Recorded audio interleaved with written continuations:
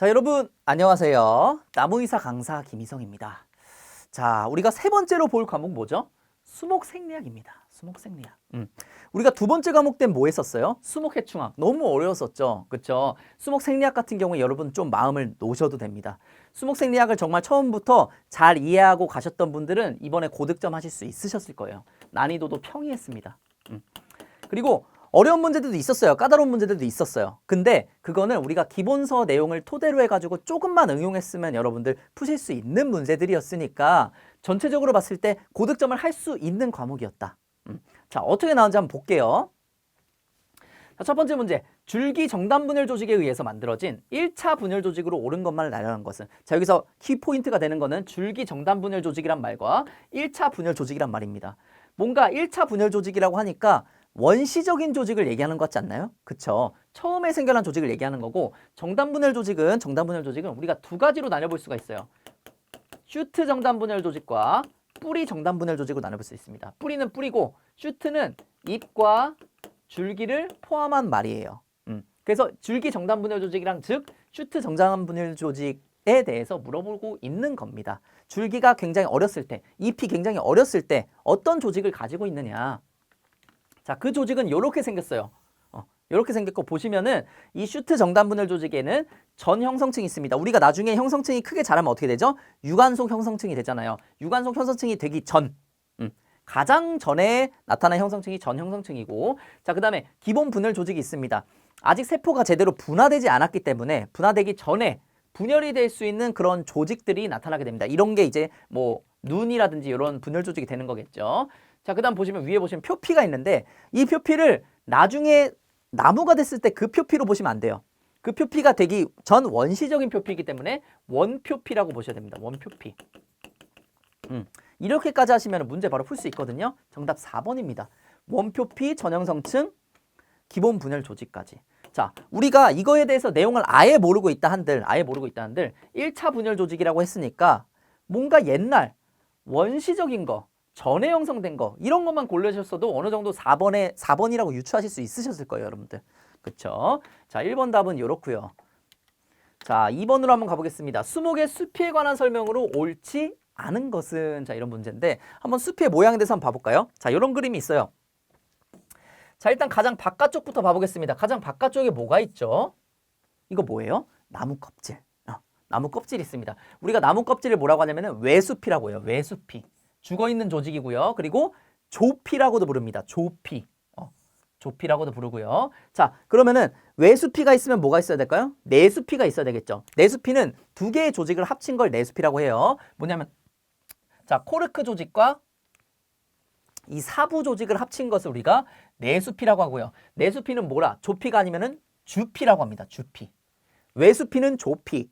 내수피는 주피라고 합니다. 네, 잘 기억을 해두셔야 돼요. 자, 이거 보고 보기 한번 봐볼게요. 1번 주피는 아까 뭐라고 했어요? 내수피. 아까 코르크 조직과 그쵸, 체관, 사부 조직이 합쳐진 거 우리가 내수피라고 했었죠. 그걸 주피라고 했었고요. 주피는 코르크 형성층에서 만들어진다. 맞나요? 맞습니다. 근데 여기서 얘기하는 주피가 지금 사부는 좀 빠져 있는 것 같습니다. 사부는 좀 빠져 있고 코르크 조직만을 얘기한 것 같아요. 그래서 어쨌든 코르크 조직은 코르크 형성층에서 만들어지게 됩니다. 코르크 조직은 어떻게 구성되어 있냐면요. 가운데 코르크 형성층이 있고요. 코르크 형성층이 바깥으로 그리고 안으로 조직을 만들어내요. 바깥으로 먼저 무슨 조직을 만들어내냐면은 코르크 층을 만들어냅니다. 코르크 층. 그리고 안쪽으로는 여기 목재 안쪽으로는 뭘 만들어내냐면은 코르크 피층을 만들어내게 됩니다. 오케이? 이렇게 요걸 다 합쳐서 우리가 코르크 조직이라고 하는 거예요. 이거 맞는 얘기고.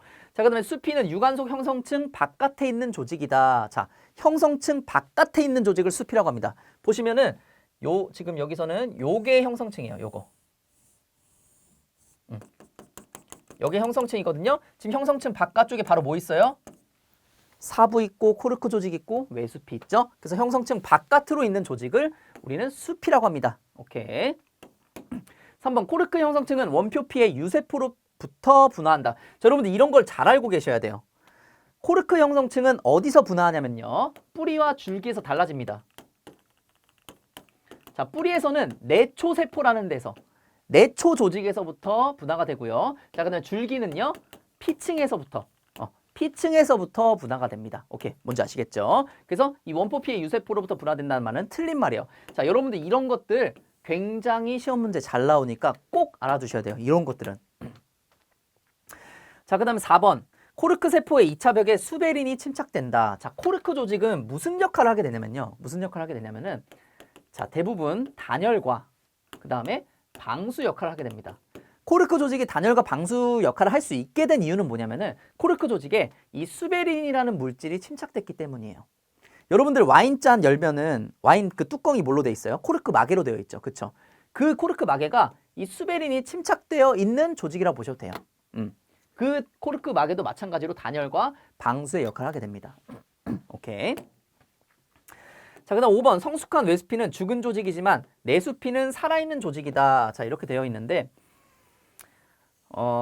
자, 이거는 약간 좀 애매한 문장이에요. 애매한 문장. 만약에 이거를 정말 정확하게 보자고 하면 틀린 문장입니다. 정확하게 보자면 틀린 문장인데 자, 보시면은 외수피는 죽은 조직이 맞습니다. 죽은 조직이 맞아요. 우리가 나무 껍질을 살아있는 조직이라고 보진 않잖아요. 그쵸? 근데 그 안에 무슨 조직? 지금 이 내수피는 살아있는 조직이래요. 물론 이 사부, 자, 사부는 살아있는 조직 맞습니다. 그리고 사부 바깥쪽에, 바로 바깥쪽에 뭐가 있냐면 아까 전에 코르크 P층이 있어요. 코르크 P층도 살아있는 조직 맞습니다. 자, 그리고 그 안에 또 뭐라 했냐? 코르크 형성층이 있습니다. 얘도 살아있는 조직 맞습니다. 근데 마지막에 코르크 층은 엄연히 보자면은 죽어있는 조직이 맞아요. 근데 어쨌든 지금 요거를 좀 제외하고 말씀하신 것 같습니다. 여기서는 사부, 코르크 P층, 코르크 형성층이 어쨌든 비중이 높고 요 녀석들이 살아있는 조직이기 때문에 살아있는 조직이라고 하신 것 같습니다. 그런 느낌이긴 한데 명확하게 따지자면은 코르크층까지 합치게 되면은 정확한 문장은 아니다. 이렇게 좀 말씀드리고 싶네요. 어쨌든 정답은 3번이 명확하게 나왔기 때문에 3번으로 답 고르고 넘어가도록 하겠습니다. 자, 그 다음 문제. C3 식물의 광호흡이 일어나는 세포 소기관으로 옳은 것만을 나열한 것은 자, 광호흡이 어디서 일어나느냐? 광호흡이 어디서 일어났냐? 자, 일단 광호흡이 뭔 줄 알아야겠죠. 광호흡이 뭘까요? 자, 광호흡을 설명드리려면 가장 우리가 기반이 되는 것부터 말씀을 드려야 되는데 자, 우리 식물은 에너지를 얻기 위해서 이 광합성 작용이라는 것을 합니다. 그리고 광합성 작용은 또 두 가지로 나눠볼 수가 있어요. 뭐냐면은 광반응과 빛이 있을 때 할 수 있는 광반응, 그리고 빛이 없어도 반응할 수 있는 암반응 두 개로 나뉘어져요. 두 개로 나눠집니다. 그리고 이 광반응에서는 ATP라고 해서 에너지를 만들어내고요. 이 에너지를 사용을 해가지고 암반응에서 뭘 만들어냈냐? 결과적으로 포도당을 만들어내게 됩니다. 그리고 이 포도당은 어디에 쓰이죠? 호흡작용.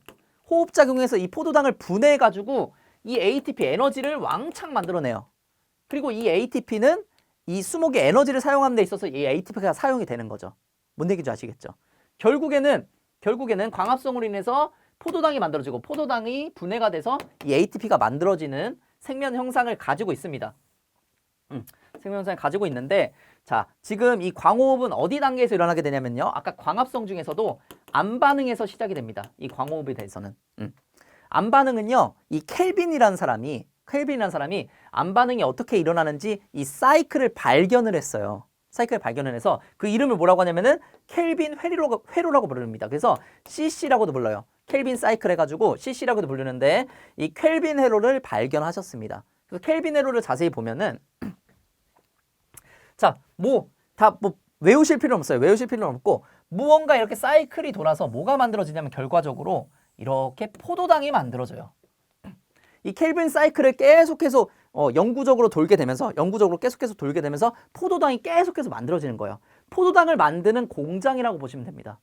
포도당을 만드는 이런 공장을 가지고 있어요. 이런 공장을 가지고 있고 광호흡은 이 공장의 첫 단계로부터 시작이 됩니다. 여기 보시면 지금 리블로스 2인산이라고 있죠. RUBP라고 불리는 물질이에요. 여기서부터 광호흡이 시작이 돼요. 왜 시작이 되냐? 이 리블로스 2인산은요. 이 다음 사이클로 가기 위해서는 어떻게 돼야 되냐면은 이산화탄소가 하나 붙어야 돼요. 왜 붙어야 되냐? 리블로스 2인산은 여기 보시면 탄소 C가 몇 개 있어요? 탄소가 5개인 화합물입니다. 탄소가 5개인 화합물. 자, 별이 5개, 탄소가 5개인 화합물인데 탄소가 하나 붙어서 탄소 6개짜리를 만들어야 돼요. 그리고 그 탄소 6개짜리를 반갈을 해줘야 됩니다. 반갈. 반갈 해주면 어떻게 돼요? 탄소 6개 반갈 해주면 어떻게 돼요? 탄소 3개인 화합물이 2개가 되겠죠. 자, 다시 한번 말씀드릴게요. 자, 이 켈빈 회로라는 공장 사이클을 돌려야지만 우리가 포도당이라는 걸 만들 수가 있어요. 그리고 그 가장 시작점이 되는 게 이 리블로스 2인산, RUBP라는 물질에 이산화탄소가 붙어야 돼요. 그래서 탄소 6개짜리가 만들어져야 되고 그게 반갈이 되면서 이렇게 탄소 3개짜리 2개가 만들어져야 됩니다. 뭔 얘기인지 아셨죠? 그래야지 이 사이클이 돌 수가 있는 거예요, 여러분들. 사이클이 돌 수가 있는데 광호흡은 어디서 문제가 발생하는 거냐면은 지금 탄소 5개짜리가 탄소 하나가 붙어야 돼요. 이 붙는데 필요한 효소가 있어요. 루비스코라는 효소가 있습니다. 루비스코라는 효소가 이 이산화탄소 하나를 한 분자를 여기에 붙여줘요. 그래서 원래 탄소가 6개가 되는 건데 이 루비스코라는 녀석이 이산화탄소도 붙이지만 문제가 뭐냐면은 이산화탄소가 없을 때 식물체 내 이산화탄소 농도가 굉장히 떨어졌을 때 산소 분자를 붙여버리는 거예요. 산소 분자를 붙여버리는 거. 이게 광호흡의 시작이에요.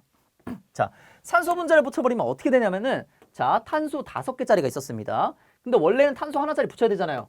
근데 탄소가 안 붙고 산소를 붙여버리네. 그럼 결국에 어떻게 되냐면은 이거 C3짜리 하나 만들긴 합니다. 요걸 만들어요. 근데 원래 이거 2개 만들어야 되는데 하나만 만듭니다. 하나만 만들고 나머지 이상한 탄소 화합물을 만들게 돼요. 그리고 이 이상한 탄소 화합물을 이 C3로 만들기 위해서 굉장히 엄청난 과정을 거치게 되거든요. 엄청나게 긴 과정을 거치게 되는데 지금 그 과정을 거치는 곳을 여러분들이 물어본 거예요. 어디서 거치냐? 자, 이거를 제가 한번 말씀드리겠습니다.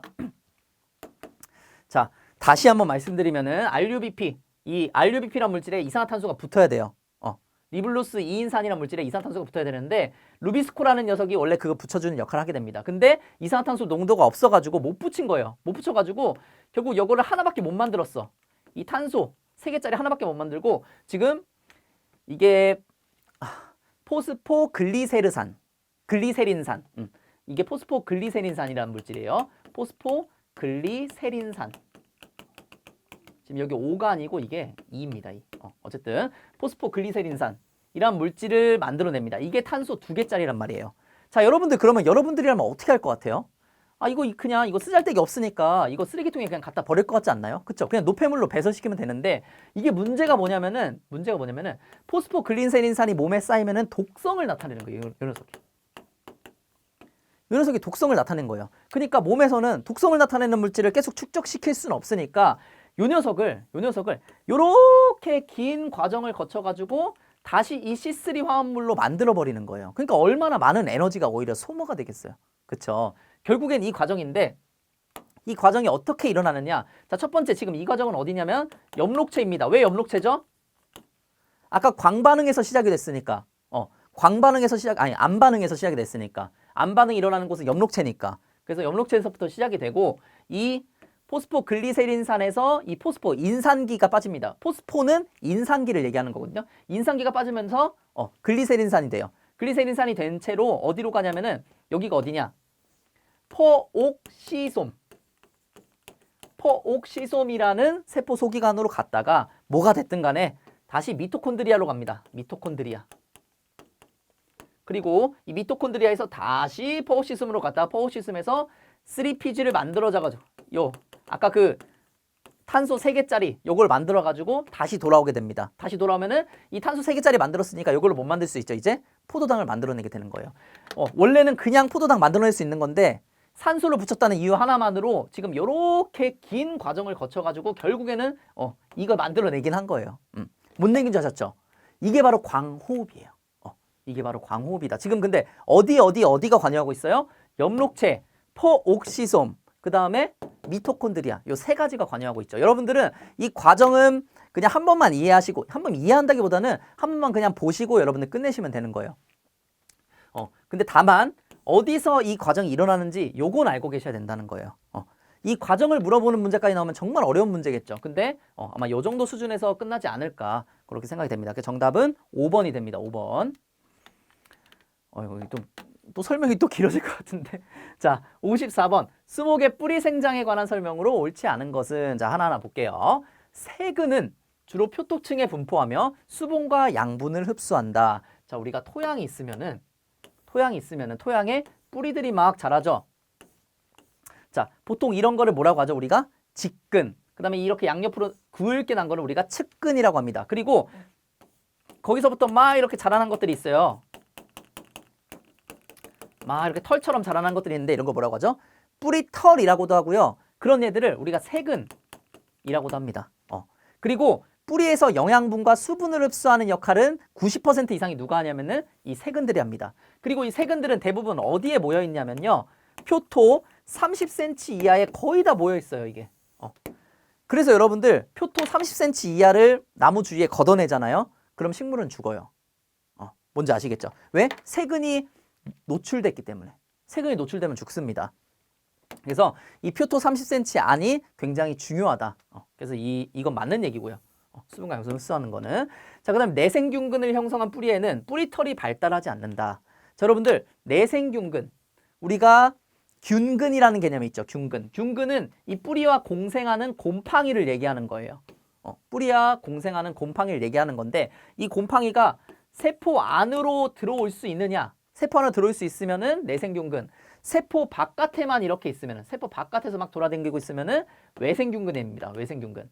근데 이 뿌리털이 발달하지 않는 거는 외생균근의 특성이에요. 외생균근 같은 경우에는 세포 바깥으로 이렇게 돌아다니면서 세포를 감쌉니다. 세포를 감싸면서 세포의 뿌리털 역할을 지가 해버려요. 그래서 식물은 뿌리털을 더 이상 만들지 않아도 돼요. 뿌리털을 만들 필요성을 못 느끼는 거죠. 그러니까 뿌리털이 발달하지 않는 거예요.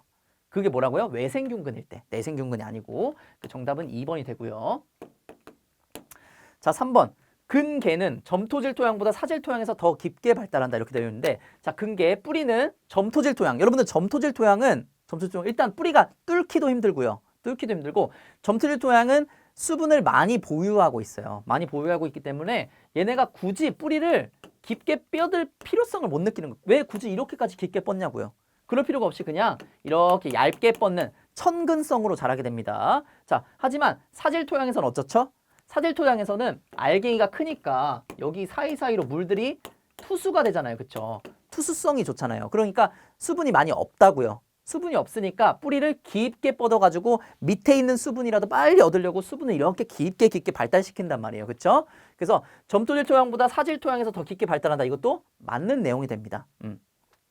4번, 측근은 주근의 내피 안쪽에 있는 내초세포가 분열하여 만들어진다. 자, 측근은 어떻게 만들어지냐면은, 자, 측근 같은 경우에는 이게 뿌리 세포 조직이거든요. 자, 보시면 여기 가운데 내초세포가 있습니다. 내초세포. 지금 보시면은 이 내초세포가 분열해서 측근이 나와요. 뭔 얘기인지 아시겠죠? 지금 막 표피가 이렇게 분열하는 게 아니고 이렇게 내초세포가 이렇게 분열해서 나오는 거예요. 뭔 얘기인지 아셨죠? 이렇게. 맞는 얘기고. 5번, 온대지방의 뿌리의 생장은 줄기보다 먼저 시작하고 줄기보다 늦게까지 지속된다. 자, 여러분들 뿌리의 생장은요. 뿌리의 생장은 이 줄기나 뭐 이파리나 이런 애들 같은 경우에는 바깥의 온도라든지 아니면은 광주기, 빛이 짧고 빛이 긴다든지 보통 그런 거에 영향을 많이 받게 되는데 뿌리는 이거에 영향을 많이 받습니다. 탄수화물. 내가 에너지를 가지고 있냐? 에너지를 가지고 있으면 그냥 바로 시작하는 거예요. 하지만 에너지가 없다? 그럼 시작 안 하는 겁니다. 뭔 얘기인지 아셨죠? 그러니까 이 줄기보다 먼저 시작을 해버려요. 그냥. 탄수화물 가지고 있으니까 먼저 시작을 하는 겁니다. 그리고 줄기보다 더 늦게까지 지속을 하게 돼요. 탄수화물 가지고 있으니까. 그 정답은 2번이 되는 거고. 자, 그 다음 줄기의 2차 생장에 관한 설명으로 옳지 않은 것은 자, 생장에 불리한 환경에서는 목부 생장량이 감소한다. 자, 제가 목재를 한번 그려볼게요. 이렇게 동그라미가 있으면은 가운데 죽어 있는 조직 뭐죠? 심재. 예, 죽어 있는 조직이고. 자, 그 바깥쪽에 엄청나게 많은 조직. 이거 뭐죠? 변재. 자, 변재 조직이 있고. 자, 그 다음에 나머지 조직 뭐예요? 요거. 우리가 사부, 체관이라고 부르는 조직과 이제 수피 조직이 되겠죠. 자, 이렇게 있는데 보시면은 생장이 불리한 환경에서는 목부 생산량이 감소한다. 이렇게 되어 있습니다. 우리가 생장을 하는 녀석은 얘 아니면 얘예요. 이 변재 조직 아니면은 여기 이조 조직이란 말이에요. 여기 사부 조직. 근데 여러분들 잘 생각을 해볼게요. 생장이 불리하건 생장이 좋건 간에 어떤 녀석이 더 이게 크겠어요? 자라나는 것도 크고 생장이 줄어드는 것도 크고 누가 더 크겠습니까? 이렇게 더 많이 가지고 있는 녀석이 크겠죠, 변제가. 그렇죠? 그렇기 때문에 목부 생장량이 훨씬 더 많이 감소하게 됩니다. 훨씬 더 많이 감소하고 증가할 때도 훨씬 더 많이 증가하고요. 맞는 얘기고요. 만재는 조제보다 치밀하고 단단하며 비중이 높다. 제가 이거 전에 한번 말씀드렸죠? 만재는 추제를 말하는 거고요. 조제는 춘제를 말하는 거라고 말씀드렸습니다. 이렇게 새로운 용어를 사용하면서 우리 그 변별력을 준다고 했어요. 이 출제자식에서. 그래서 어쨌든 만재는 조제보다 치밀하고 단단하며 비중이 높다. 맞는 얘기죠. 추제가 춘제보다 치밀하고 단단한 비중이 높으니까요. 자, 그다음 3번. 정단부에서 시작되고 수감 밑동 부근에서부터 멈추기 시작한다. 2차 생장은, 자, 2차 생장은 어떻게 되냐면요. 자, 이상하게 좀 비율이 다르지만 좀 그려볼게요. 자, 예를 들어서 이런 줄기가 있고, 자, 이렇게 가지가 있어요. 이게 뭐냐면은 정단에 있는 눈이에요. 정단에 있는 눈.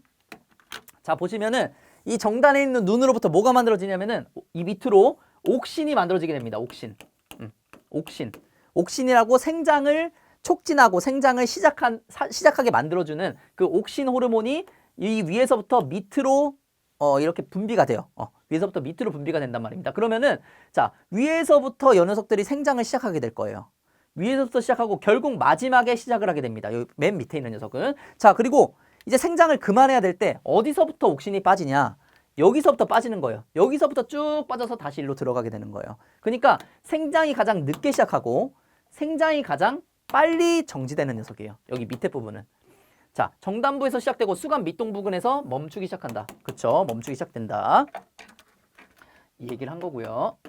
자, 그 다음에 고정생장 수종은 수고생장이 멈추기 전에 직경생장이 정지한다. 이렇게 되어 있습니다. 자, 여러분들 고정생장, 뭐 자유생장 이런 녀석들 있잖아요. 그쵸? 이런 녀석들 대부분 이 생장은 수고생장이라고 보시면 돼요. 가지가 이렇게 쭉쭉쭉 늘어나는 거기 때문에 수고생장으로 보셔야지 이 직경생장으로 보시면은 안 됩니다. 직경생장 보시면 안 됩니다. 그렇기 때문에 고정생장 수종은 수고생장은 딱 1년치만 자라는 거예요. 이렇게.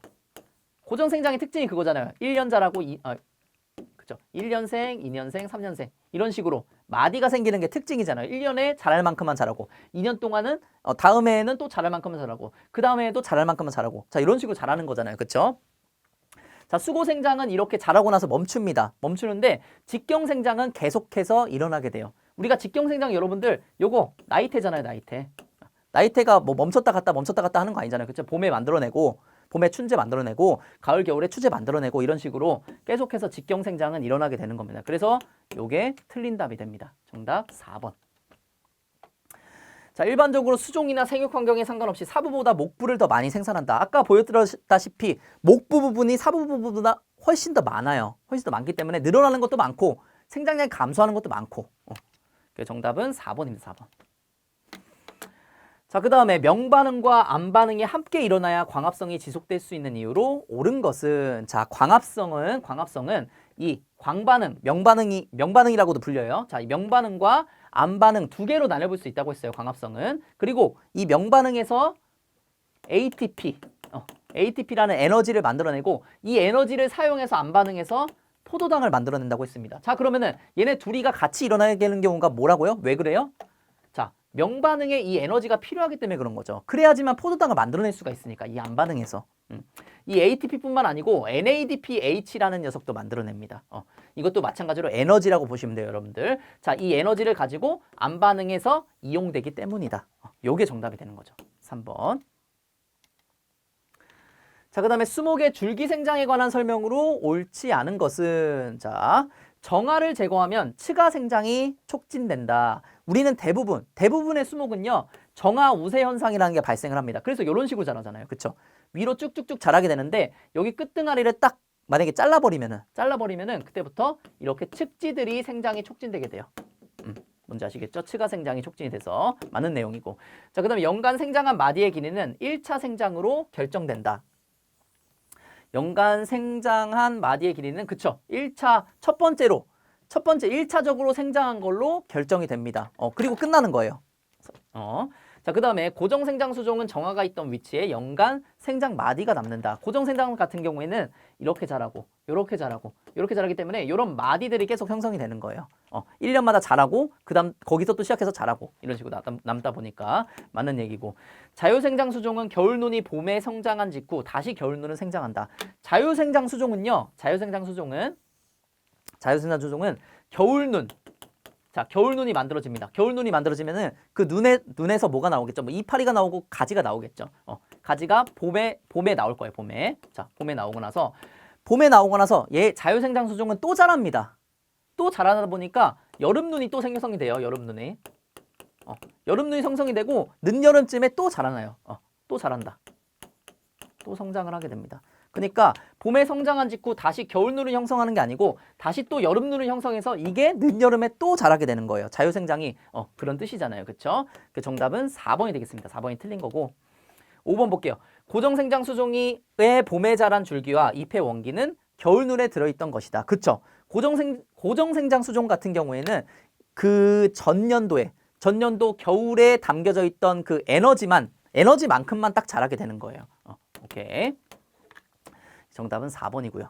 네, 그 다음에 58번입니다. 수목의 내음성에 관한 설명으로 옳지 않은 것은. 자, 첫 번째 한번 봐볼게요. 양수가 그늘에서 자라면, 양수는 햇빛이 많이 필요한 녀석이에요. 근데 그 녀석을 그늘에 놓으면 어떻게 되냐? 뿌리 발달이 줄기 발달보다 더 저조해진다. 자, 이거 맞는 얘기인데 왜 맞는 얘기냐면은, 자, 여러분들 뿌리에서 뭘 하죠? 뿌리에서 물과 영양분들을 흡수해야 되잖아요. 그쵸? 근데 양수가 그늘에서 자라면 그 작용을 잘 못한단 말이에요. 그 재료가 필요가 없는 거예요. 재료가 조금밖에 필요 없는 거야. 왜? 햇빛을 못 받으니까. 그래서 뿌리 발달이 잘 되지 않는 겁니다. 뿌리 발달은 잘 되지 않고, 줄기 발달 같은 경우에는 뭐 줄기 발달도 엄청나게 뭐 많이 하거나 적게 하진 않겠지만 줄기 발달은 어느 정도는 하게 될 겁니다. 왜? 햇빛을 더 받아야 되니까. 위로 올라가야 햇빛을 받을 수 있으니까. 자, 그래서 정답은 이거 1번 맞는 얘기고, 2번은 내음성은 낮은 광도 조건에서 장기간 생육을 유지할 수 있는 능력이다. 자, 이거 맞는 얘기예요. 자, 내음성이 강한 녀석들은 우리가 음수라고 불러요. 그쵸? 음수는 햇빛을 싫어하는 녀석들이 아니에요. 햇빛을 싫어하는 녀석들이 아니고 이렇게 낮은 광도 조건에서 그늘에서도 잘 버틸 수 있는 녀석이 우리는 음수라고 하는 겁니다. 자, 그러면은 음수가 무슨 능력을 가지고 있냐? 이거 3번 보시면 나와요. 음수는 낮은 강도에서 광합성 효율이 높습니다. 빛을 조금만 받아도 광합성을 잘 해낼 수가 있어요. 더 효율적으로 해낼 수가 있어요. 그래서 경쟁력이 큰 거고. 자, 음수는 성숙 후에 내음성 특성이 나타나 나이가 들수록 양지에서 생장이 둔해진다. 자, 이런 얘기가 나오는데 이거는 틀린 말입니다. 왜냐하면은 지금 보시면 이 얘기예요. 음수를 양지에 두면은 생장이 둔해진다 이건데, 음수는요 햇빛을 싫어하는 녀석이 아니라니까요. 햇빛이 없어도 잘 사는 녀석인 거지. 음수도 햇빛 받으면 생장 좋아집니다. 그래서 요거는 틀린 말이 되는 거예요. 4번은. 자, 5번. 음수는 양수보다 광반에 빠르게 반응하여, 이것도 마찬가지로 광합성 효율이 좋은 것과 같은 맥락이죠. 지금 빠르게 반응해서 짧은 시간 내에 광합성하는 능력이 있다. 햇빛이 잠깐만 주어지더라도 이 녀석은 그거를 딱 캐치를 해가지고 광합성할 수 있다는 거예요. 정답은 4번이고요. 4번. 자, 그 다음에 수목의 호흡작용에 관한 설명으로 옳은 것만을 모두 고른 것은. 자, 기억부터 한번 봐볼게요. 산소 분자는 환원되어 물 분자로 변한다. 호흡작용 때. 자, 그 다음에 해당 작용은 산화적 인산화? 이거 환원이란 말과 산화란 말이 계속 나오네요. 그쵸? 우리가 이거는 꼭 알고 가셔야 돼요, 여러분들. 자, 다시 한번. 산화랑 환원. 산화랑 환원이 있습니다. 자, 첫 번째 산화는 뭐냐면요. 산화는 산소가 붙을 때 우리가 산소라고 하죠. 플러스 마이너스라고 하겠습니다. 자, 산소가 붙을 때. 저 두 번째는 수소 있죠. 수소가 떨어져 나갈 때 산화라고 하고요. 자, 그 다음에 뭐라고 하냐면은 전자 있죠. 전자를 잃을 때, 전자를 잃었을 때 우리는 산화라고 합니다. 자, 그러면 환원은 뭘까? 이거의 반대예요. 환원은 반대. 산소를 잃었을 때, 또 수소를 얻었을 때, 그리고 전자를 얻었을 때 얘기하는 거예요. 뭔 얘기인지 아셨죠? 이거 그냥 적어두고 갈게요. 자, 요거. 그러면은 산소 분자가 환원됐다는 말은 무슨 말이에요, 지금? 산소 분자가 환원됐대요. 산소가 없어지든 수소가 생기든 아니면 전자가 생기든 해야 되는데 산소가 환원되면 어떻게 되냐면 우리 잘 보세요 여러분들. H2O 지금 뭐예요? 산소가 환원된 거잖아요. 수소가 붙어서. 그쵸? 그러니까 산소는 환원되어 물 분자로 변한다. 이 말은 맞는 말입니다. 맞는 말이긴 한데 호흡작용에서 이렇게 되느냐? 지금 그걸 물어본 거잖아요. 그쵸? 호흡작용에서 얘가 환원돼서 물 분자로 변하는지 한번 볼게요. 자, 호흡작용은 세 가지로 나뉘어집니다. 해당작용, 그 다음에 TCA 회로, 그 다음에 우리가 전자전달계. 전자전달계 얘는 산화적 인산화라고도 합니다. 어쨌든 이 세 가지로 나뉘어져요. 해당 작용은 뭐냐면 여러분들 우리 광합성 때 뭐 만들어냈죠? 광합성 때 광반응에서 ATP 에너지 만들어냈고 안 반응에서는 포도당 만들어냈고 그렇죠. 포도당 만들어낸 걸 가지고 해당 작용에서 쪼갭니다. 왜 쪼개냐면은 미토콘드리아에서 호흡작용을 해야 되는데 미토콘드리아에 들어갈 수가 없는 거예요. 너무 분자가 커가지고. 그래서 해당 작용에서 그걸 잘라냅니다. 해당을 잘라내고 이 TCA 회로라고 아까 그 켈빈 회로 같은 그런 회로를 돌려가지고 에너지를 만든 다음에 마지막 전자전달계 이 산화적 인산화 단계에서 엄청나게 많은 ATP를 만들어내요. 이게 호흡작용이에요. 그리고 제가 지금 여기서 말하는 이 산소 분자가 환원돼서 물 분자로 변하는 건 어디 과정이냐면은 이 전자전달계 과정에서 있습니다. 이게 지금 전자전달계 과정이거든요. 산화적 인산화 과정인데 자 여기서 어떻게 됐냐면은 자 전자가 이렇게 쏴 쏴줘요. 전자가 평 쏴줍니다. 이것만 먼저 말씀드릴게요. 자 전자가 쏴줘서 전자가 나옵니다. 전자가 하나가 나오게 돼요. 자 그러면은 이 전자를 받아주는 녀석이 있어요. 그 받아주는 녀석이 뭐냐면은 요 산소와 요 수소 이온입니다. 자 수소 이온이 H 플러스잖아요. 그쵸? 얘가 전자 받으면 어떻게 돼요? 플러스 마이너스 합쳐지니까 그냥 중성이 되는 거죠. H 중성이 되고 자 산소 붙었습니다. 뭐 만들어질 수 있어요 지금? 물 만들어질 수 있잖아요. 그쵸? 이런 식으로 환원이 돼요. 이런 식으로 결국에는 이 산소가 뭔 얘기인지 아셨죠? 산소가 환원되어 물 분자로 변한다. 산화적 인산화 과정에서 그렇게 되고요. 자 그다음에 해당 작용은 산화적 인산화를 통해서 ATP를 형성한다. 맞아요? 해당 작용은? 자 아니라고 했었죠. 지금 호흡 단계가 어떻게 된다고 했었어요? 해당 작용에서 TCA 회로 그 다음에 전자전달계 간다고 했었잖아요. 그쵸? 그러니까 이거는 아예 말이 안 되는 얘기고요. 자 디귿 기질이 환원되어 CO2 분자로 분해된다. 자 기질은 뭐냐면은 에너지를 가지는 녀석이에요. 에너지를 가지는 녀석 뭐예요? 포도당. 포도당 이거 포도당 분자식 한번 써볼까요? 포도당은 탄소가 6개, 수소가 12개, 그 다음에 산소가 6개인 분자로 되어 있어요. 이런 분자로 되어 있는데 얘가 환원돼서 CO2 분자로 분해가 된대요. 맞는 얘기일까요? 환원돼서 된다는 게? 자, 여러분들 환원돼서 CO2 되려면은 지금 여기서 뭐가 없어져야 돼요? 얘가 없어져야 되죠. C랑 O만 남겨놓고 이 수소는 없어져야 되잖아요. 그쵸? 수소가 아까 없어지는 게 무슨 과정이라고 했어요? 산화 과정이라고 했었잖아요. 그쵸? 그러니까 환원됐다. 이 말 틀린 말이죠. 디귿은 아예 틀린 말. 지금 얘도 아까 틀린 말이었고 기억만 맞는 말이죠. 자, 리을 볼게요. TCA 회로에서는 아세틸코에이가 C4 화학물과 반응해서 피루분. 자, 피루분산인데 피루빈이라고 하기도 합니다. 그래서 피루빈산이 생산된다. 자, 이런 말이 있어요. 다시 한번 TCA 회로에서는 아세틸코에이가 C4 화학물과 반응해서 뭐가 생긴다? 피루분산이 생산된다. 자, 이거 한번 봐볼게요. 자, 우리가 어디 과정까지만 보시면 되냐면요. 해당 과정에서 아까 포도당을 자른다고 했었잖아요. 그쵸? 포도당을 잘라가지고 미토콘드리아에 들어올 수 있게끔 해준다고 했었죠. 그 들어올 수 있게끔 해주는 게 바로 이 피루분산까지 거기서 만들어주는 거예요. 해당 과정에서. 해당 과정에서 피루분산까지 만들어주고 어떻게 되냐면 여기서 탄소 분자 하나가 떨어져 나옵니다. 이산화탄소로 해서. 그럼 지금 탄소 몇 개겠어요? 탄소 2개가 되겠죠. 탄소 3개였는데 탄소 하나 빠져나갔으니까 탄소 2개죠. 그러고 나서 탄소 2개에서 뭐가 붙냐면은 이 코에이라는 녀석이 붙습니다. 조효소 코에이. 탄소 2개에다가 코에이를 붙어서 무슨 물질이 만들어지게 되냐면은 이 아세틸 코에이라는 물질이 만들어지게 돼요. 그쵸? 그리고 이 아세틸 코에이는 누구랑 또 붙냐면요. 여기로 아세틸 코에이가 일로 들어옵니다. TCA로 들어오는데 쭉 돌아서 요 녀석이랑 만나게 되는 거예요. 옥살아세트산. 아세틸 코에이와 옥살아세트산이 둘이 만나가지고 뭐가 만들어져요 지금? 시트르산이 만들어지죠.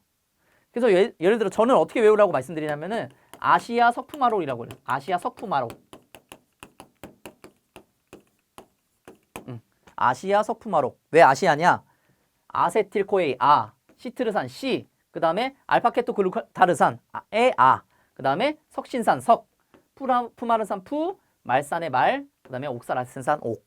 그래서 아시아, 석푸말옥. 이렇게 외우라고 말씀드리거든요. 자, 어쨌든 간에 우리가 아세틸코에이랑 옥살아세트산 합쳐져서 뭐가 만들어진다? 시트르산이 만들어진다. 그래서 요거는 틀린 말이에요. 틀린 말. 시포반응과 반응해서 뭐? 시트르산이 만들어진다. 그래서 요거 틀린 말입니다. 요거.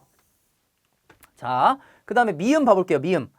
TCA 회로는 미토콘드리아에서 일어난다. 맞죠? 왜요? 자, 아까 전에 첫 번째 단계가 해당 작용, 그 다음에 TCA 작용, 그 다음에 산화적, 인산화 작용이라고 했어요. 해당 작용 같은 경우에는 미토콘드리아에 못 들어가요. 분자가 너무 커서. 이 포도당 분자가 너무 커서. 그래서 이거를 쪼개야 됩니다. C3 화학물로 쪼개야 된단 말이에요. 그래서 쪼개는 작용이 해당 작용에서 하고, 이 쪼갠 다음에 미토콘드리아에서 이 TCA 회로가 이렇게 도는 거거든요. 그래서 TCA 회로는 미토콘드리아 안에서 일어나는 게 맞습니다. 그래서 기억과 미음이 맞아요. 정답은 2번이 되는 거예요. 뭔 얘기인지 아셨죠? 자, 그 다음에 60번 수목 내의 탄수화물에 관한 설명으로 옳지 않은 것은, 자, 보겠습니다. 탄수화물 문제가 나오네요. 이제 조금만 더 빨리 진행을 해보도록 할게요. 자, 포도당은 물에 잘 녹고 이동이 용이한 환원당이다. 이동이 용이한 환원당이다. 맞습니다. 포도당 같은 경우에는 물에 잘 녹고요. 이동이 용이한 환원당으로 되어 있습니다. 포도당 같은 경우 우리가 단당류라고 해요. 단당류. 당이 몇 개 안 붙어 있으면 단당류고, 그다음에 당이 조금 더 많이 붙어 있으면 올리고당. 그다음에 당이 진짜 많이 붙어 있으면 다당류라고 하는데, 단당류 같은 경우에는 다 환원당입니다. 환원당. 물에 잘 녹고 이동이 용이한 환원당으로 되어 있고요. 자, 두 번째, 세포벽에서 섬유소가 차지하는 비율은 1차 벽보다 2차 벽에서 크다. 자, 이렇게 되어 있어요. 자, 우리가 세포벽 같은 경우에는 1차 벽과 먼저 만들어진 1차 벽과 그 다음에 만들어진 2차 벽으로 나뉘어져 있어요. 예. 근데 1차 벽에 2차 벽 구성 요소가 다릅니다. 우리가 섬유소는 영어로 말하면 셀룰로스라고 해요. 여러분 잘 아시죠? 그 셀룰로스가 가장 많은 곳은 2차 세포벽이 가장 많고요. 자, 그럼 1차 세포벽엔 뭐가 제일 많을까요? 셀룰로스의 친구가 있어요. 헤미셀룰로스. 걔는 섬유소라고 말하면 반섬유소라고 합니다. 자, 헤미셀룰로스가 가장 많고, 자, 팩틴이란 물질이 있거든요. 이 세포벽 구성 성분 중에서 팩틴이란 물질은 1차 벽에 더 많고요. 2차 벽에는 거의 없다. 거의 없다. 자, 요거는 무조건 알고 계셔야 되는 문제예요. 시험에도 굉장히 많이 나오기 때문에. 자, 그 섬유소가 차지하는 비율은 1차 벽보다 2차 벽에서 크다. 그쵸? 2차 벽에서 더 크죠? 그러니까 맞는 얘기고. 자, 3번 볼게요. 전분은 불용성 탄수화물이지만 효소에 의해 쉽게 포도당으로 분해된다. 전분은 여러분들 뭐냐면요. 우리가 아까 제가 방금 전에 뭐라고 말씀드렸죠? 호흡작용은 해당 작용을 통해서 포도당을 쪼개내고, 그 다음에 TCA로 돌아간 다음에 마지막에 산화적 인산화를 통해서 엄청나게 많은 ATP 에너지를 만들어낸다고 했었어요. 그쵸? 그 가장 처음에 시작점이 뭐였죠? 포도당입니다. 포도당이 결국엔 에너지가 되는 거예요. 그쵸? 근데 온몸에 항상 포도당인 상태로 있을 수는 없어요. 포도당을 저장해둘 수가 있어야 되거든요. 그래서 우리가 몸에서 사용을 할 때 뽑아서 쓸 수가 있어야 된단 말이에요. 그래서 저장을 무슨 형태로 해놓냐? 이 전분 형태로 놓습니다. 전분 형태로. 전분은 이렇게 차곡차곡 포도당이 쌓여져 있는 형태로 되어 있어요. 그렇기 때문에 불용성입니다. 얘가 수용성이면 안 되겠죠. 녹아버리면 안 되잖아요. 그쵸? 그래서 불용성 탄수화물이고, 근데 우리가 써야 될 때는 효소에 의해서 쉽게 포도당으로 전환이 되는 녀석이에요. 전분은. 저장 탄수화물이고. 오케이. 자, 그 다음에 4번이 답이거든요. 4번 보기 전에 우리가 5번 봐볼게요. 팩틴은 세포벽의 구성성분이며 구성 비율은 2차 벽보다 1차 벽에서 더 크다. 맞는 얘기죠. 2차 벽에서 팩틴은 거의 없다고 아까 말씀드렸었죠. 그래서 이것도 맞는 얘기고. 자, 4번은 뭐가 틀렸을까요? 잎에서 자당은 엽록체 내에서 합성되고 전분은 세포질에서 축적이 된다. 자, 이렇게 되어 있는데, 자, 자당은 뭐냐면요. 우리가 설탕이라고 불리는 물질이에요. 설탕. 여러분들 음식에 많이 넣는 그 설탕. 예, 그거랑은 조금 다르긴 하겠죠. 자, 어쨌든 이 설탕인데, 우리 설탕은 전분은 아까 저장 탄수화물이라고 했었고, 설탕은 뭐라고 하냐면요. 사용 탄수화물이라고 합니다. 실질적으로 우리가 몸에서 이동하는 당분은 거의 다 이 설탕으로 이동이 되고, 그 다음에 사용이 되거든요. 그 다음에 사용이 되는데, 설탕 같은 경우에는 어디서 합성이 되냐? 세포질에서 합성이 됩니다. 세포질. 세포질에서 합성이 됩니다. 그래서 엽록체 내에서 합성된다는 틀린 말이고요. 자, 전분은 어디에 축적이 되냐? 전분 같은 경우에는 잎에서는 여기 엽록체에서 축적이 되고요. 잎에서는 엽록체에서 축적이 되고, 자, 색소체라고 있어요. 색소체. 색소체라는 곳에 전분립 형태로, 전분 입자 형태로 해서 축척이 된다. 자, 이런 내용들도 여러분 공부하셔서 분명히 아실 테지만 모르시는 분들은 무조건 알고 가셔야 되는 거예요. 시험에서 무조건 알고 가셔야 되는 부분인 거예요.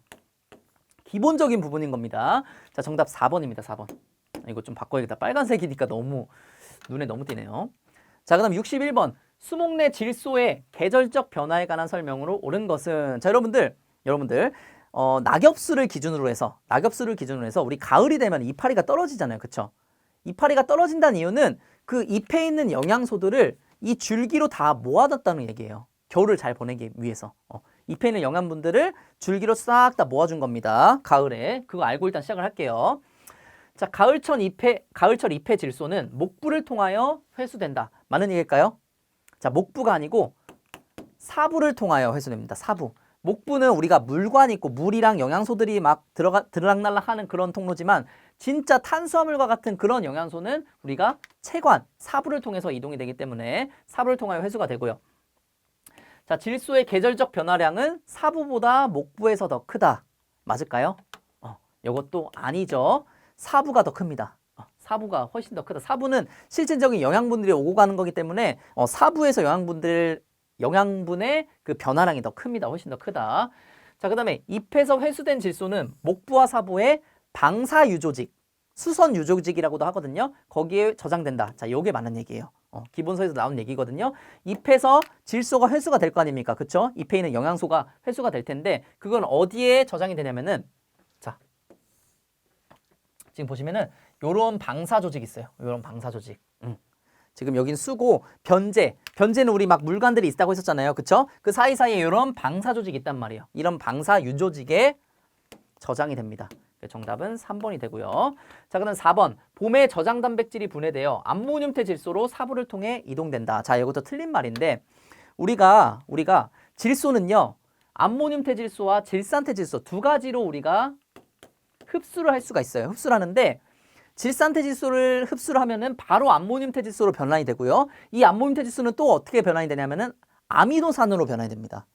암모늄태 질소가 쌓이면 축적이 되면 독성이 많이 생기기 때문에 이 암모늄태 질소를 그냥 가지고 있지 않고요. 아미노산으로 무조건 바꿔서 이동을 하게 됩니다. 그래서 정답은 이거 4번 틀린 거고. 5번. 저장 조직의 연중 질소 함량은 봄철 줄기 생장이 왕성할 때 이루어질 때 가장 높다. 자, 질소 함량이 생장이 왕성하게 이루어질 때 가장 높대요. 여러분들 생장하려면 뭘 써야 되죠? 질소를 써야 됩니다. 질소는 가장 기관의 기본이 되는 원소이기 때문에 그렇기 때문에 가장 없겠죠. 쓰니까. 그래서 이것도 틀린 겁니다. 정답은 3번. 자, 그 다음에 페놀 화합물에 관한 설명으로 옳지 않은 것은, 페놀 화합물은 여러분들 지질입니다. 지질. 지질이란 물에 녹지 않는 물질을 다 총칭하는 말이 우리 지질이에요. 어쨌든 지질 물질에 이 페놀 화합물이라고 있는데 이 설명을 옳지 않은 것부터 봐볼게요. 자, 수용성 플라보노이드는 주로 액포에 존재한다. 맞는 말입니다. 페놀 화합물 중에 대표적으로 이 플라보노이드라는 녀석들이 있거든요. 그리고 플라보노이드 중에서는 뭐 안토시아닌 뭐 이런 녀석들이 있어요. 요거 이소플라본도 있고. 어쨌든 이런 녀석들이 다 어디에 보통 존재하냐면은 액포에 존재합니다. 식물 세포를 보면요. 식물 세포에 액포가 엄청나게 커요. 큰 부분을 차지하고 있거든요. 여기에 주로 존재한다. 플라보노이드들은. 자, 그 다음에 이소플라본은 병원군의 공격을 받은 식물의 감염 부위를 확대를 억제한다. 이소플라본은 이 페놀 화합물입니다. 페놀 화합물인데 병원균 공격을 받은 식물의 감염 부위 확대를 억제시켜요. 이게 뭐랑 같냐면은 파이토알렉신이라는 물질이 있어요. 이거와 같이 이런 역할을 하게 됩니다. 맞는 얘기예요, 이것도. 자, 그 다음 3번. 리그닌은 주로 목부 조직에서 발견되며 초식 동물로부터 보호하는 역할을 하게 된다. 자, 여러분들 리그닌은 이 섬유소, 아까 세포벽을 이루는 거 뭐가 있었죠? 섬유소가 있다고 했었죠. 그쵸? 섬유소랑 리그닌이랑 막 짬뽕이 된 상태로 있어요. 짬뽕이 된 상태로 있는데 이 리그닌은 초식 동물들이 잘 소화를 시키지 못해요. 초식 동물뿐만 아니고 거의 모든 생물들이 잘 소화를 시키지 못합니다. 그렇기 때문에 초식 동물로부터 보호하는 역할을 하게 해줘요. 리그닌은. 자, 그 다음에 타닌은 목부의 지지 능력을 향상해 수분 이동에 따른 장력에 견딜 수 있도록 한다가 아닙니다. 타닌도 지질이거든요. 타닌도 페놀 화합물입니다. 페놀 화합물인데 떫은 맛을 내어 초식 동물이 싫어하도록 유도를 하는 거예요. 최대한 내 이파리 못 먹게끔 하는 겁니다. 떫은 맛을 내게끔 해가지고. 그다음에 낙엽진후 토양 속에서 분해되지 않고 남아있으면서 타간물질, 너네 오지 마. 너네 오지 마. 타간물질 역할을 하게 되는 것. 정답은 4번이 되겠습니다. 탄닌은 이런 역할을 하게 되는 거예요. 이 역할은 아니죠. 자, 그 다음에 초본식물보다 목본식물의 함량이 많으며 리그닌과 탄닌은 미생물에 의한 분해가 잘 안 된다. 초본식물보다 목본식물의 함량이 많습니다. 그리고 리그닌과 탄닌은 분해가 잘 안 된다고 아까 말씀드렸었죠. 분해가 잘 안 돼요, 이 녀석들은. 자, 그 다음에 수목의 지질대사에 관한 설명으로 옳지 않은 것은, 자, 종자에 있는 지질은 세포 내 올레오솜에 저장된다. 지질 같은 경우에는 그냥 지질은 우리가 세포질에 저장이 되고요. 종자에 있는 지질은 특별하게 이 올레오솜이라는 데 저장되는 게 맞습니다. 맞고요. 지방은 분해된 후 글리옥시솜에서 자당으로 합성된다. 자, 이런 얘기가 있는데 지방은요, 여러분들 바로 분해가 돼야 돼요. 왜냐하면 지방은 뭐가 아니죠? 수용성이 아니잖아요. 제가 아까 지질이 뭐라고 했었죠? 물에 녹지 않는 물질들을 총칭하는 말이 지질이라고 했었죠. 그 중에 지방이 있는 거죠. 그렇죠? 지방은 수용성이 아니기 때문에 설탕으로 빨리 바꿔줘야 돼요. 사용할 수 있도록 바꿔줘야 됩니다. 바꿔줘야 되는데 자, 어디서 바꿔주게 되냐? 지금 여기서는 글리옥시솜에서 바꿔준다고 했었잖아요. 자, 이거 일단 틀린 얘기입니다. 어떻게 분해되는지 제가 좀 간단하게 설명을 드릴게요. 이걸 다 보시는 건 아니고요, 여러분들. 몇 가지만 보여드리고 하겠습니다. 자, 세포 내에 지질체라는 데가 있어요. 여기서 분해가 시작됩니다. 여기서 처음에 분해가 시작되고요. 그 다음에 글리옥시솜이라는 데서 글리옥시솜이라는 데로 이동을 합니다. 여기서는 해당 과정, 베타산화 과정이라는 데를 겪습니다. 베타산화란 뭐냐면은 베타탄소가 산화되어 1회에 2개의 탄소가 떨어져 나가면서 분해되는 과정입니다. 자, 이건 좀 알고 계세요, 여러분들. 뭔지 자세히는 모르겠지만 여러분들 이렇게는 알고 계세요, 일단은. 네, 나중에 제가 자세히 설명드릴 거니까요. 자, 그 다음에 미토콘드리아 TCA 회로 순으로 진행이 됩니다. 다시 한번 지질체로 갔다가 그 다음에 글리옥시솜에서 이런 베타탄소가 1회에 2개 탄소가 떨어져 나가면서 분해되는 과정인 베타산화 과정을 거치고 그 다음 마지막으로 미토콘드리아 TCA 회로 순으로 진행이 됩니다. 자, 미토콘드리아 TCA 회로에서 뭘 만들어내냐면요. 결국에는 ATP 만들어내요. 에너지를 만들어낸다는 거예요. 에너지를 만들어내고 이 에너지를 가지고 또 어디로 가냐? 산화적 인산화. 아까 호흡작용의 마지막 단계로 가는 거예요. 즉 뭐냐면은 우리 처음에 해당 과정을 거쳤잖아요. 그쵸? 아까 호흡작용에서 해당 과정 거치고 TCA 거치고 그 다음에 산화적 인산화 갔었잖아요. 그쵸? 해당 과정을 이 글리옥시솜에서 한다고 보시면 돼요. 요 녀석은. 지질은. 우리가 다른 탄수화물 같은 경우에는 해당 과정은 그냥 세포질에서 일어나게 되거든요. 근데 이 지질만큼은 글리옥시솜에서 해당 과정이 일어나고 그 해당 과정이 일어난 게 미토콘드리아로 간다고 보면 돼요. 호흡작용에서 딱 한 군데만 다르다고 보시면 됩니다. 뭔지 아시겠죠? 그러니까 대략적으로 보면 이 녀석도 호흡작용입니다. 자, 그리고 산화적 인산을 통해서 ATP를 만들어내요. ATP를 만들어내고 지금 여기서 물어보는 자당으로 합성되는 건 어디서 되는 거냐면은 자당은요, 설탕은요, 아까 뭐라고 했었어요? 세포질에서. 아까 제가 여기서 말씀드렸었잖아요. 자당은 엽록체가 아니고 어디서? 세포질에서 합성됩니다. 세포질에서. 여기 틀린 얘기고. 자, 3번 볼게요. 지질은 탄수화물에 비해 단위 무게당 에너지 생산량이 많다. 여러분들 이거 중학교 때인가 초등학교 때 아마 배우셨을 거예요. 우리가 탄단지가 있잖아요. 탄단지. 탄단지 해가지고 얘 탄수화물 4칼로리, 단백질 4칼로리, 지방만 9칼로리 만든다고 해서 단위 무게당. 그쵸? 그래서 이것도 맞는 얘기고. 에너지 생산량이 많은 겁니다. 그래서 지방으로 이렇게 다 가지고 있는 거예요. 막 뱃살로 해가지고. 네, 지방으로. 자, 그 다음에 가을이 되면 내수피의 인지질 함량이 증가하여 내한성이 높아지게 되는 게 맞습니다. 맞습니다. 내한성이 높아진다는 거는 물이 적어진다는 걸 뜻해요. 물이 적어지고 이런 농도를 높일 수 있는 물질들이 증가하면 내한성이 높아집니다. 자, 그 다음 지방분해는 산소를 소모하고 에너지를 생산하는 호흡작용에 해당한다. 맞죠? 왜요? 아까 보여드렸잖아요. 그쵸? 해당 과정 하는 곳만 다를 뿐 나머지 TCA 회로 그다음에 산화적 인산화 가는 거 다 똑같다고요. 네, 뭔 얘기인지 아셨죠? 그렇죠. 그래서 정답은 2번이 되겠습니다. 2번. 자, 시간이 점점 길어지고 있는데 네, 조금 스피드를 또 내볼게요. 자, 수목의 질소 화합물에 관한 설명으로 옳지 않은 것은 자, 엽록소, 피토크롬, 레고헤모글로빈 이런 녀석들은 다 질소를 함유한 물질이 맞습니다. 대부분의 기관 전부 다 질소 함유한 기관이에요. 자, 그 다음에 효소는 우리가 어떤 화학 반응이 일어났을 때 그거를 빨리 하게 만들어주는 촉매 역할을 하게 되죠. 사실 촉매 역할이 아니고요. 거의 효소가 없으면 그냥 화학 작용을 못한다고 보시면 돼요. 우리가 어떤 화학 반응이 일어난다는 것은 이 효소가 있다는 얘기입니다. 그리고 이 효소는 단백질로 이루어져 있어요. 그 예로 탄소 대사에 관여하는 루비스코가 있습니다. 루비스코가 있고 당연히. 자, 원형질 막에 존재하는 단백질은 세포의 선택적 흡수 기능에 기여한다. 맞습니다. 네, 맞습니다. 자, 우리가 세포막이 이렇게 있으면은 세포막은 그냥 이렇게 네모로 있는 게 아니에요. 세포막에 수많은 단백질들이 붙어 있어요. 막단백질이라고 합니다. 이런 거를. 막단백질이라고 해가지고 어떨 때는 뭐 물질의 출입이 왔다 갔다 할 수 있게끔 해주고 특정한 물질이 왔다 갔다 할 수 있게끔 해주고 어떨 때는 막아버립니다. 들어오지 못하게 막아버려요. 그런 역할을 해주게 되는 겁니다. 선택적 흡수 기능에 기여하고 있는 거예요. 그러니까. 자, 그다음에 4번. 핵산은 유전 정보를 가지고 있죠. DNA나 RNA로 가지고 있죠. 맞고. 이거 여기까지 다 맞네요. 자, 그다음에 알칼로이드 화합물은 주로 나자식물에서 발견되며 예로 소나무에 타간 물질이 있다. 자, 알칼로이드는 여러분들 카페인, 이런 것들 생각하시면 되는데 대부분 나자식물이 아니라 초본식물에서 가지고 있어요. 초본식물. 초본식물, 그 다음에 나자식물도 아니고 피자식물에서 가지고 있습니다. 그래서 이건 틀리다. 5번.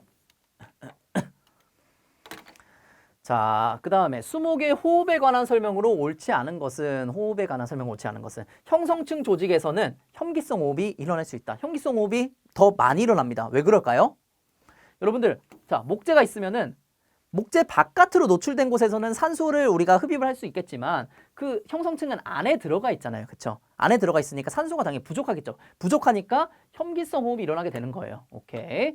자, 그다음에 Q10은 온도가 10도 상승함에 따라 나타나는 호흡량의 증가율입니다.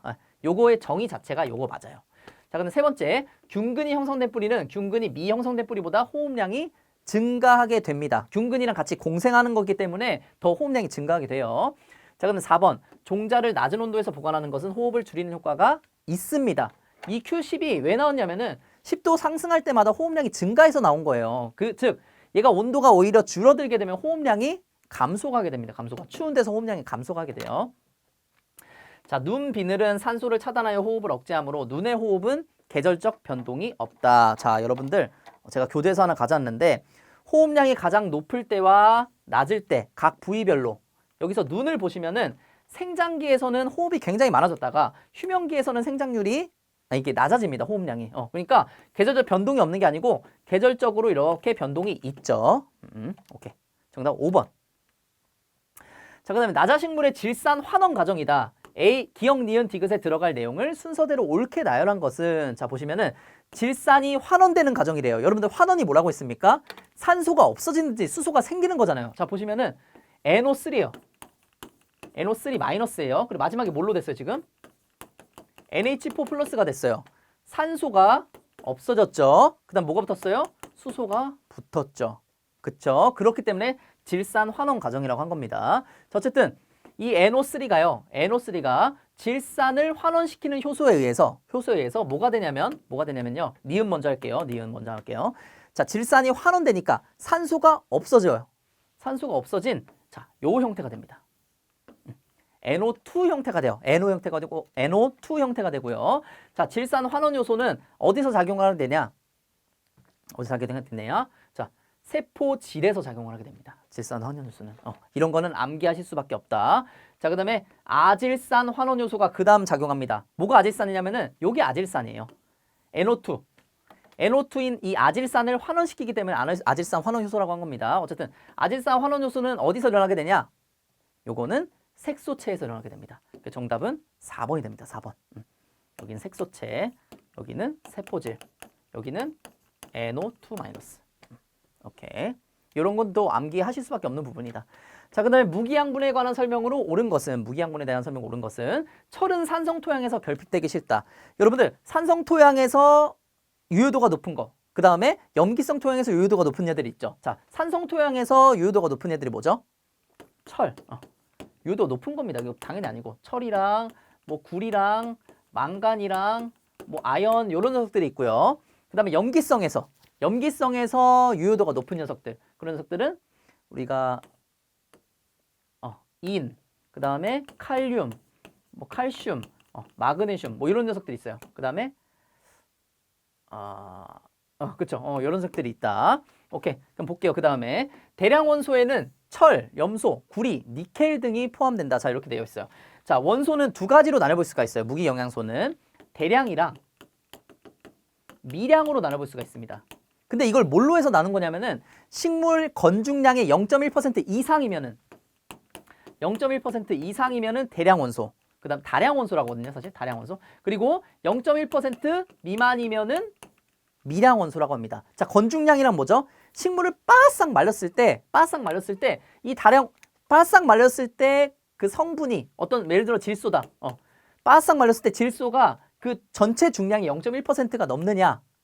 넘으면은 다량 원소고 안 넘으면은 미량 원소가 되는 거예요. 자, 그리고 다량 원소에는 뭐가 있냐?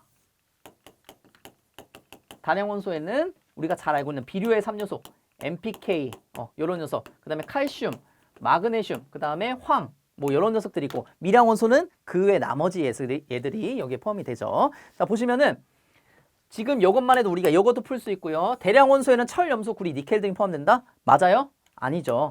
걔네는 미량 원소예요. 얘는 다 미량 원소입니다. 그래서 이것도 아니고. 그 다음에 이것도 봐볼게요. 4번. 식물 건중량의 1% 이상인 대량 원소. 자, 식물 건중량이 1%가 아니라요. 0.1%. 0.1%. 이것도 틀린 말입니다. 3번 볼게요. 질소와 인의 결핍 증상은 어린 잎에서 먼저 나타난다. 질소와 인 같은 경우는요, 여러분들 성숙잎에서 먼저 나타납니다. 성숙잎에서. 왜 그럴까요? 자, 이렇게 나무가 있어요. 나무가 있으면은 자, 여러분들 세이피 어린 잎이 나면은 어린 잎이 이 안쪽에 날까요? 바깥쪽에 날까요? 멀리 생기겠죠. 새롭게 생기는 거니까. 그쵸? 여기 가지 끝에서 날 거 아니에요. 가지 끝에서 나니까 어린 잎들은 더 멀리 있을 거란 말입니다. 그쵸? 근데 이 질소와 인 이런 녀석들은 속도가 빨라요. 이 흡수돼서 끝까지 가는 속도가 굉장히 빠릅니다. 그래서 얘네 같은 경우에는 흡수돼 가지고 끝까지 가버려요. 흡수돼서 끝까지 가요. 근데 얘네가 만약에 부족해지면 어떻게 되냐면은 끝까지만 가고 이 안쪽에는 얘네들이 채워지지 못한 거예요. 안쪽에는 뭐가 있는데? 안쪽에는 성숙잎들이 이렇게 있을 거 아니에요. 그쵸? 옛날부터 있던 잎들, 성숙된 잎들이 있을 거 아니에요. 그쵸? 그래서 성숙된 잎에서 얘네 결핍 증상이 나타나는 거예요. 질소나 인같이 속도가 빠른 녀석들은 바깥쪽으로만 다 나가 있기 때문에 안쪽에는 녀석들이 채워지지 못한 겁니다. 그래서 어린 잎이 아니고 성숙잎이고, 그럼 답은 일단 5번이 되겠는데 5번이 왜 답이냐? 칼륨은 광합성과 호흡작용에 관여하는 다양한 요소 활성제 역할을 하게 된다. 자, 이런 것들은 기본적으로 암기하셔야 될 겁니다. 여러분들 17가지 무기영양소 있죠? 그 녀석들의 특징이나 특성이나 그리고 그 녀석들의 결핍 증상 이런 것들 여러분들이 기본적으로 알고 계셔야 되는 부분이에요. 정답은 5번. 자, 그 다음에 수목의 균근 또는 균근균에 관한 설명으로 옳지 않은 것은 균근 형성률은 토양의 비옥도가 낮을 때 높다. 자, 여러분들 균근이 뭐라고 했었죠? 곰팡이입니다. 곰팡이. 뿌리랑 공생하는 곰팡이. 얘네도 어쨌든 간에 곰팡이란 말이에요. 자, 곰팡이는 어떨 때 많이 생기죠? 그쵸. 토양이 비옥할 때가 아니고요. 토양이 비옥하지 않을 때. 토양의 비옥도가 낮을 때 많이 생긴다는 거예요. 환경이 안 좋을 때 곰팡이가 많이 생긴다는 거예요. 뭔 얘기인지 아셨죠? 예. 그러니까 맞는 내용이고요. 자, 다음. 균근은 토양에 있는 암모늄태 질소의 흡수를 촉진한다. 맞아요. 뿌리에 균근이 막 달라붙어 있는단 말이에요. 균근이 달라붙어가지고 뭐를 도와주게 되냐면은 식물 같은 경우에는 질소를 이렇게 NO3나 그 다음에 NH4 플러스 질산태 질소나 암모늄으로 해가지고 얘네가 질소를 흡입한단 말이에요. 질소를 흡입을 하는데 대부분 질산태 질소로만 흡수를 해요. 암모늄태 질소는 잘 흡수를 못한단 말이에요. 식물이. 흡수를 하긴 해요. 아주 미량하긴 하는데 잘 못해요. 근데 이걸 누가 도와주느냐? 이걸 흡수하는 거를 이 균근들이 도와주게 돼요. 그래서 균근들 덕분에 이 NH4로 흡수를 할 수 있게 된다. 그래서 이거 맞는 얘기고요. 내생균근은 세포의 내부에 하티그망을 형성을 한다. 자, 하르티그망을 형성하는 것은 세포가 이렇게 있으면은 자, 외생균근의 특징입니다. 외생균근은 세포 바깥에 이렇게 형성이 되죠. 바깥에 형성이 되면서 이런 망을 형성한다고 해요. 그래서 이 망 이름이 하티그망입니다. 그래서 내생균근이 아니라 외생균근에 의한 거죠. 정답은 3번. 이거 매우 쉬운 문제였죠. 자, 근데 외생균근을 형성하는 곰팡이는 담자균과 잔황균에 속한 균류가 맞고요. 외생균근은 균사체가 뿌리의 외부를 둘러싸서 균투를 형성합니다. 이 세포 바깥을 이렇게 싸면서 균투라는 것도 형성을 하게 돼요. 균투랑 하티그망을 형성하는 게 이 외생균군의 가장 큰 특성이에요. 정답 3번. 자, 그 다음에 수액 상승에 관한 설명으로 옳은 것은, 이건 옳은 것이니까 옳은 것만 볼게요. 자, 정답은 3번입니다. 수액의 상승 속도는 대체로 항공제나 상공제가 가도관제보다 빠르다 이렇게 되어 있어요. 자, 가도관은요 굉장히 얇은 관이에요. 굉장히 얇은 관이고 또 심지어 안쪽에 뭐 이렇게 구멍도 막 잘 안 뚫려 있어요. 근데 이 항공제나 상공제 같은 경우는 구멍이 숭숭 뚫려 있습니다. 이렇게 숭숭 뚫려 있어요. 자, 누가 더 속도가 빠르겠습니까? 얘가 더 속도가 빨라요. 더 높이 올라갈 수 있는 건 이 가도관이 높이 올라가거든요. 근데 더 속도가 빠른 거는 요 녀석들이 속도가 빠르다. 항공제나 상공제가. 정답은 3번이 됩니다. 넘기고요. 자, 그 다음에 생식과 번식에 관한 설명으로 옳지 않은 것은 볼게요. 자, 1번. 수령이 증가할수록 삽목이 잘 된다. 당연히 아니죠, 여러분들. 이거 당연히 아니죠. 자, 어리면 어릴수록 세포의 분화가 아직 되지 않은 상태란 말이에요. 세포가 분화가 되지 않은 상태이기 때문에 세포가 분화가 덜 된 상태에서 심어줘야지 이 환경에 맞게 분화를 할 수 있다는 겁니다. 만약에 수령이 증가하면 증가할수록 수령이 많은 녀석들의 만약에 어린 가지를 여기다 심으면은 수령이 많은 녀석들은 그런 다른 그러니까 원시 시원세포라고 하거든요. 그러면 그런 시원세포들이 굉장히 적습니다. 어린 얘들보다. 그렇기 때문에 수령이 증가한 녀석들이 아니고 어린 얘들의 가직을 삽목해줘야 된다. 네. 어쨌든 정답은 1번이 되겠습니다. 자, 수목은 유생기에는 영양생장만 한다. 유생기는 어릴 때를 말하는 거거든요. 어릴 때는 생식생장을 하지 않아요. 이 유생기에는 생식생장을 하지 않고 영양생장만 하다가 영양생장 어느 정도 됐어. 내가 성인이야 라고 하면은 그때 이제 생식생장을 하게 됩니다. 그래서 틀린 얘기고. 화분 생산량은 일반적으로 풍내화가 충매화보다 많다 이렇게 되어 있습니다. 자, 화분은요 여러분들 꽃가루라고 생각하시면 돼요. 꽃가루. 꽃가루 우리 수술에서 만들어지는 꽃가루를 생각하시면 됩니다. 자, 꽃가루가 풍매화가 많을까요? 충매화가 많을까요? 풍매화 같은 경우에는 바람에 의해서 전반되는 녀석들, 충매화 같은 경우에는 매개충, 벌이라든지 뭐 나비라든지 이런 애들 때문에 전반되는 녀석들. 당연히 풍매화가 더 많겠죠. 충매화 같은 경우에는 성공률이 높습니다. 수분할 성공률이 높아요. 왜냐하면은 어쨌든 벌이 만약에 왔어요. 벌이 왔으면 다른 꽃으로 또 가줄 거 아니에요. 그쵸? 그러면서 수분이 될 확률이 굉장히 높은데 풍매화 같은 경우에는 바람이 어디로 불지도 모르고 바람이 너무 세게 불 수도 있고 바람이 너무 약하게 불 수도 있고 그쵸? 그런 다양한 요인이 있기 때문에 풍매화가 훨씬 더 이 화분을 많이 만들어서 그냥 인해 전술로 가는 거예요. 최대한 많이 만들어서 그래 몇 명은 가겠지 이렇게 만드는 풍매화가 더 많다. 자, 그 다음에 4번 봄에 일찍 개화하는 장미가수 중에 꽂는 원기는 전년도에 생성된다. 자, 이것도 맞는 얘기죠. 봄에 일찍 피는 녀석들은 겨울에 이미 만들어지는 거예요. 겨울에 이미 만들어져서 그게 피는 겁니다.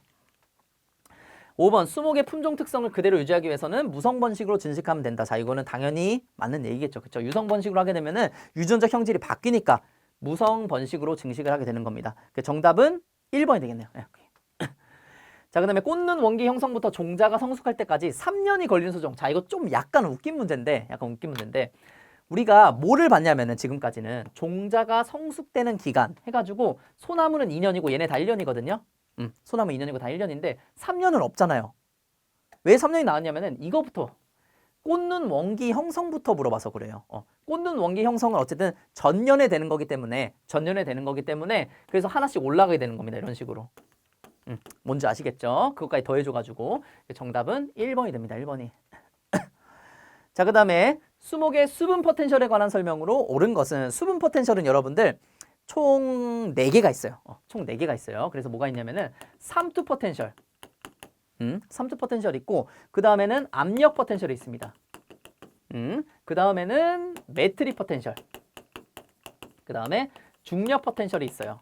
중력 포텐셜이 있어요. 이렇게 4가지 포텐셜이 있는데 이 중력 포텐셜 같은 경우에는 수목의 높이가 약 10m 이상일 때만 적용이 되고 굉장히 미미합니다. 적용도 미미해서 중력 포텐셜은 거의 적용시키지 않아요. 그리고 매트릭 포텐셜은 정의가 뭐냐면은 토양 입자가 수분을 끌어들이는 힘을 얘기하는 거거든요. 그렇기 때문에 이 수목에서는 적용되지가 않습니다. 그래서 이 스목 생리학에서는 요 두 녀석은 적용이 되지 않고요. 이 삼투 포텐셜이랑 압력 포텐셜 말이 적용이 됩니다. 오케이. 요건 알고 계세요. 그래서 문제 보시면은 수분, 삼투, 압력, 이것만 나오는 거예요.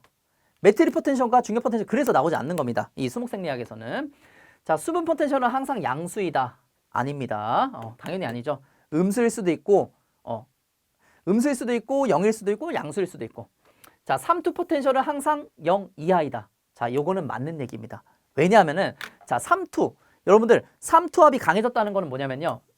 삼투 포텐셜이 0일 때는 언제냐면은, 순수한 물일 때예요. 정말 H2O만이 있을 때.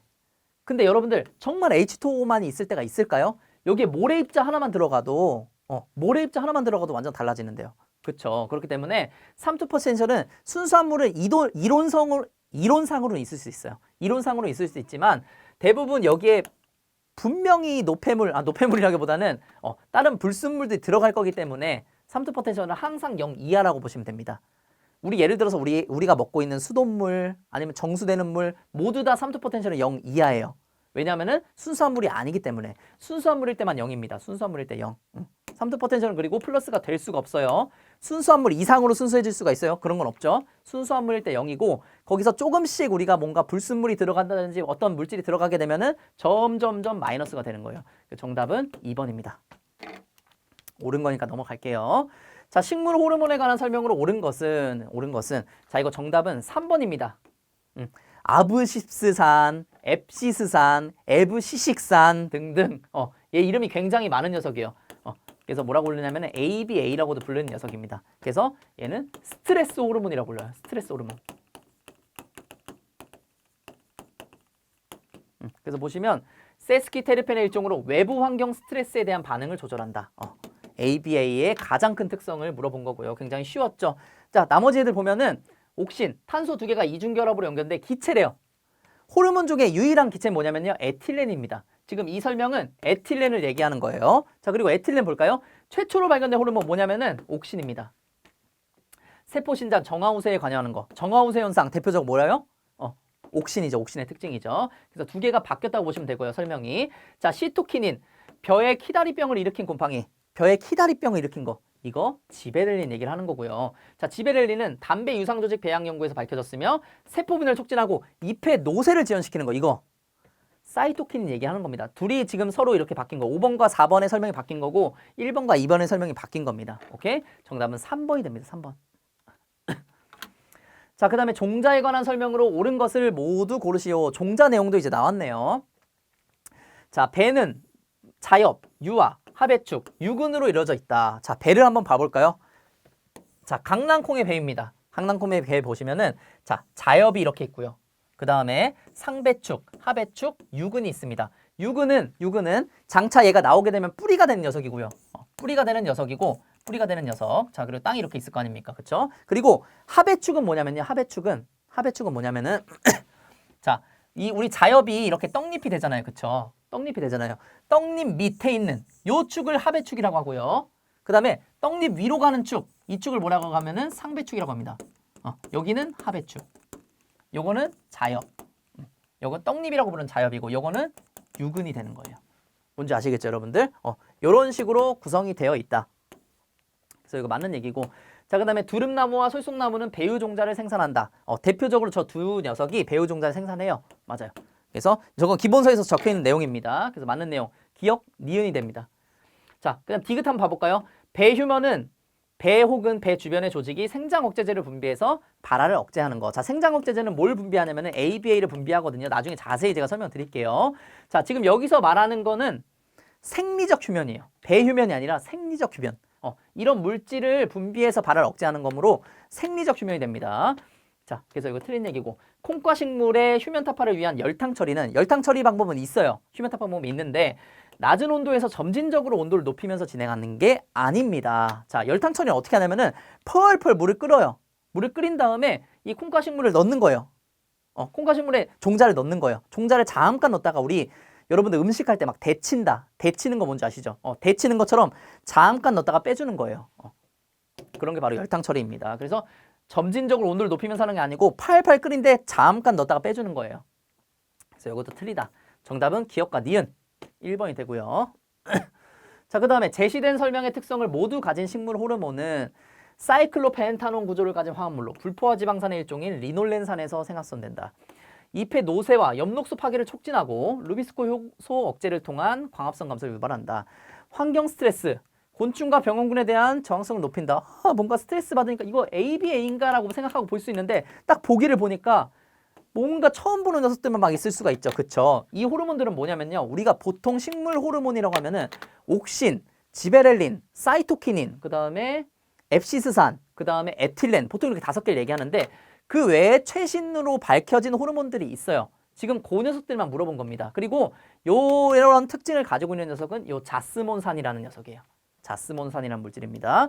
그래서 제 교재도 이렇게 적혀 있긴 한데 이렇게 브라시노스테로이드, 살리실산, 스트리고락톤, 자스몬산, 폴리아민 이런 녀석들이 그 외에 있는 호르몬이에요. 최근 식물 호르몬으로 분류된 녀석들입니다. 그래서 이 녀석들의 특징까지도 무조건 여러분들이 알고 계셔야 됩니다. 시험 문제 나올 수가 있으니까요. 자, 그래서 여기까지 수목생리학 마쳤습니다. 여러분 수목생리학. 수목생리학 보시면은 여러분들이 기본적으로 이런 부분들 있죠. 예를 들어 이런 부분들 기본적으로 외워야 할 부분들만 좀 암기하시고 오셨으면은 어느 정도 점수 받으실 수 있는 시험이었어요. 그쵸? 그렇기 때문에 생리학과 토양학 같은 경우 여러분들이 최대한 원리를 이해하려고 노력을 하시고 처음 하실 때 제대로 하려고 노력을 하시면은 분명히 고득점 받을 수 있는 과목입니다. 받을 수 있는 과목이기 때문에 열심히 여러분들 하셨으면 좋겠습니다. 자, 일단 3번째 과목도 마치고 이 다음에 4번째 과목부터 다음 시간에 진행해 보도록 하겠습니다. 4번째 과목은 산림토양학이에요. 자, 오늘도 제 강의를 들어주셔서 정말 감사합니다. 안녕.